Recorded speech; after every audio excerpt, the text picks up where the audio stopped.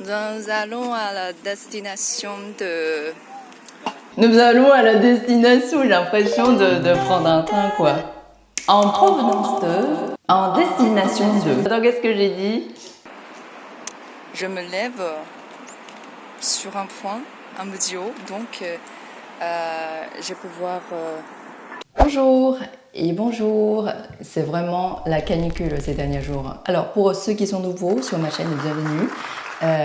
Moi je suis chinoise, je m'appelle Xinping. J'ai créé cette chaîne pour partager des choses sur la France, sur la Chine, des choses sur les chocs culturels, mes expériences de vie en France, mes petits moments sympas, rigolos, des choses sur les langues aussi, mes conseils, et puis sur les recettes de cuisine. Je sais que j'en ai pas encore sorti une, mais bientôt, il faut être patient. Alors cette fois-ci, je vais faire une vidéo assez spéciale, c'est sur mon français d'il y a 10 ans. Je pense que ça vaut vraiment le coup. Je vois dans les commentaires, les gens disent que j'ai un français exceptionnel, c'est sûr que... peut-être que, je suis pas sûre, parce que sinon je prends la grosse tête, peut-être que je suis née en France ou j'ai des parents qui vivent en France. En fait, ce genre de commentaires me plaisent, bien sûr, et me blessent un tout petit peu. J'ai déjà fait un short pour expliquer pourquoi. Si vous ne l'avez pas encore regardé, c'est pas grave, j'explique brièvement. Donc dire que je suis née en France, ça prouve que j'ai fait vraiment beaucoup d'efforts pour avoir mon niveau d'aujourd'hui. Mais en même temps, je sais qu'en France, il y a beaucoup de visages asiatiques. Enfin, ce sont des Asiatiques qui sont nés en France, dont les parents étaient arrivés en France il y a très longtemps. Donc c'est normal que le français est leur langue maternelle. Du coup, j'ai envie de me justifier pour montrer mon français d'il y a 10 ans, à quel point c'était... Enfin, c'était pas bien. C'était pas bien dans le sens que c'était loin de mon niveau actuel. Donc j'espère que vous allez passer de bons moments avec moi, vous allez rigoler, ça va vous faire rire. Peut-être pendant la vidéo, vous allez entendre des cris, des rires hilarants. Et maintenant, c'est parti pour l'aventure. Maintenant, nous sommes en train de Paris à Caen. Moi avec mes amis, mais il n'y a plus de place, donc nous sommes debout jusqu'au terminus. C'est vraiment dommage, mais le temps, il fait très chaud. Le temps, il fait très chaud. Je pense que tous les Chinois qui parlent français ont un petit accent comme ça, c'est marrant. Ça va, je trouve. Je parle bien, avec un accent très fort, bien sûr. Non, nous sommes dans la rue, nous marchons, même si j'ai un peu mal à leurs pieds. Mais ça va, je peux insister. Et nous allons à la destination de... Nous allons à la destination, j'ai l'impression de prendre un train, quoi. En provenance de... En destination de... du Crous. C'est le garçon en bleu qui va s'installer là-bas. On a aussi la chance de voir un petit peu notre université. J'en suis très contente. Mon Dieu. Et je marche derrière eux. Derrière eux. Fatiguée et timide. Je parle toute seule. C'est marrant. C'est surtout gênant. Le temps à Caen est vraiment frais. C'est plus frais à Paris. Je l'aime bien. Et l'endroit où nous habitons est plus calme. J'espère que je peux commencer une nouvelle expérience ici. Il y a des voitures. J'espère que je peux commencer une expérience aussi. Une expérience incroyable, on dirait que c'est une phrase sur des cartes postales. Maintenant, nous faisons une petite promenade autour du château de Caen. Alors, ça De Caen. De Caen. De Caen. ne soit pas maintenant. Et on se dirige vers le château jusqu'au haut. Parce que le paysage dessus est vraiment agréable. Et la fille est devant moi et ma colocataire. Oui, je prends la vidéo, j'aime bien. Je connaissais vraiment beaucoup de mots se diriger vers. Voilà, on voit bien que mon français d'avant, c'était vraiment ce que j'ai appris dans les livres. Je voulais les utiliser. En fait, c'est correct, mais je pense que à l'oral d'aujourd'hui, si tu dis on se dirige vers, c'est un peu trop formel. On dirait que j'étais en train de tourner un reportage. Enfin, tout d'un coup, j'ai envie de vous lire un poème écrit par Verlaine. Voilà, c'est la version. Et avec mes notes aussi. Enfin, oui, je ne sais pas très bien prononcer enfin. Enfin, c'est comme dans le nord et dans le sud. Je pense que dans le sud, je suis déjà allée à Marseille, j'ai bien remarqué cette différence. À Marseille, les gens insistaient sur un, alors dans le nord, c'est plus un. On a fusionné tous les un et un ensemble. Maintenant, je fais plus un, tout, partout. 21, enfin, j'ai faim, tout ça. Ce coup est proposé par Madame Delante, que j'aime bien, parce qu'elle est très très gentille avec moi. Maintenant. Là, je parle d'une prof qui nous enseignait des poèmes français. Oui, je l'aimais beaucoup. Je lui ai posé des questions chaque fois. Elle était très patiente de m'expliquer. Mon rêve familier.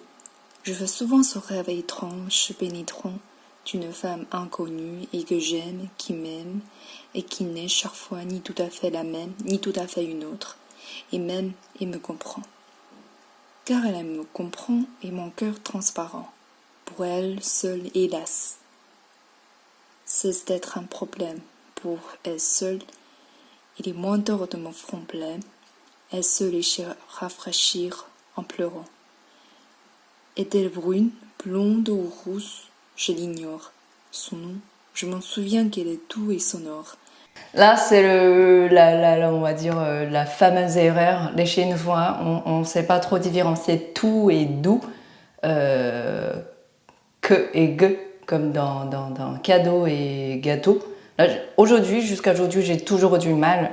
Je ne sais pas comment faire. Je pense que si j'insiste, se dire, si je prends le temps de prononcer, j'y arrive. Mais si je fais juste ça comme ça, vite fait, je risque toujours de confondre cadeau et gâteau.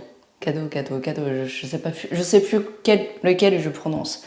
Mais pour tout est doux, tout est doux. Maintenant, j'arrive à gérer. Il y a quoi d'autre? T et D. Voilà. En fait, en cours de français, quand mes élèves m'épellent des choses, je ne suis pas sûre. Voilà, jusqu'à aujourd'hui, je ne suis pas sûre. C'est vraiment une très grosse difficulté pour moi. Enfin, si on cherche mes problèmes, je pense que ça en fait partie. Alors, est-ce que j'ai d'autres vidéos? Voilà, quand je suis sortie seule. Bonjour, maintenant il est 11h37, peut-être bientôt 40.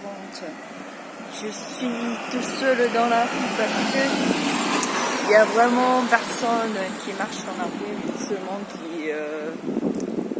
qui roulent leur voiture. Voilà. Et aujourd'hui, même s'il y a du soleil dans le ciel,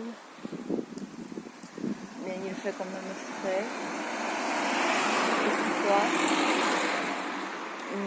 C'est très calme ici. Mon Dieu. J'ai croisé une personne âgée et j'ai essayé de la saluer. Elle m'a répondu gentiment. Franchement, j'hallucine. À l'époque, en fait, c'était vraiment toutes ces vidéos que vous avez regardées, enfin, on a regardé ensemble, c'était en 2016. En quelques mois, je trouve que l'accent a disparu. Enfin, l'accent s'est beaucoup amélioré. Et puis la tournure de phrase, à l'époque, c'était vraiment nickel. Ouais, je faisais des erreurs, je pense, sûrement. Bonjour tout le monde, oui, c'est encore moi, Sophie.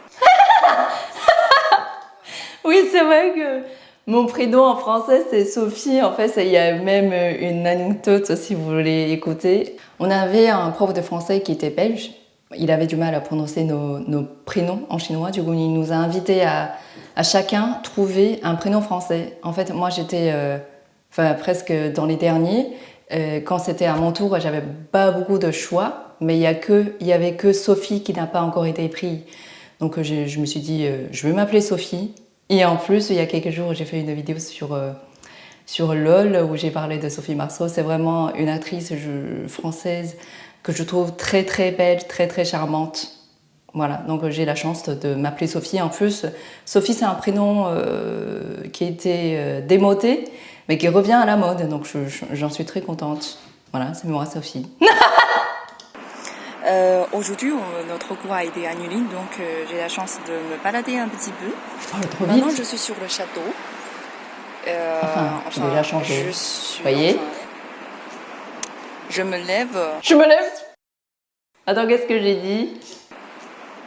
Je me lève sur un point, un petit haut, donc je peux voir. C'est tellement difficile pour décrire des détails. En fait, là, j'étais sur un château, j'étais sur ce qu'on appelle, je crois, c'est un donjon. C'est une sorte de protection, je crois, dans un château.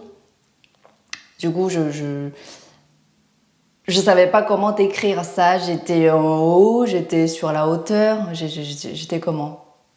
Je crois qu'on dit je suis en haut ou je suis sur le château. Voilà, je pense que c'est la fin de la vidéo. Je pense qu'on s'est pas mal marré. Donc le but, c'est de vous montrer mon français d'il y a 10 ans. Tout le monde dit que je suis douée pour apprendre les langues, pour apprendre le français. À chaque fois, je réponds non, je ne suis pas douée. Je suis juste travailleuse. Bien sûr, je suis passée par des chemins, on va dire, un peu ennuyeux, voire qui n'étaient pas très recommandés. Si j'analyse aujourd'hui, mais heureusement, je suis toujours sur la bonne voie. Ça veut dire, je connais mes points forts, je connais mes points faibles, je sais comment résoudre les problèmes. Je dois quand même avouer que je suis forte dans le sens que je reconnais les visages que j'ai déjà vus, des gens dans la rue ou des acteurs. Je reconnais le son des gens, la voix des gens. Donc c'est pour ça que prononcer en français, pour moi, ce n'est pas un problème. Si je passe du temps, je peux y arriver. Ce que je voulais dire, c'est que le français, c'est quand même une langue assez exceptionnelle. Il y a beaucoup de cas d'exception. C'est pas un compliment. Donc il faut vraiment passer du temps à penser à tout ça, à différencier tout ça et savoir utiliser tout ça. Donc clairement, j'ai un niveau bien meilleur que mon niveau de français d'il y a 10 ans, mais mon français d'il y a 10 ans était déjà pas mal. Je sais pas comment terminer ma vidéo. Peut-être que je peux sortir une vidéo pour montrer comment j'apprends le français, qu'est-ce qui se passe dans mon cerveau quand j'entends le français, quand je parle le français, comment je m'organise. Je pense qu'apprendre une langue étrangère, c'est comme si on devait renaître dans la peau d'une autre personne, d'un natif. Parce qu'il faut penser comme des natifs, il faut parler comme des natifs. L'écart avec la réalité, ça peut être énorme si on ne s'y habitue pas. Voilà, je pense que c'est comme ça que je termine ma vidéo. J'espère que vous avez bien aimé. Si vous avez des choses à dire, mettez-les dans les commentaires. Je vais les lire et y répondre. Et n'oubliez pas de mettre un like et si vous avez aimé, de vous abonner. Voilà. Donc je vous dis à bientôt. Ciao. Ciao. Hi, hi, hi, hi.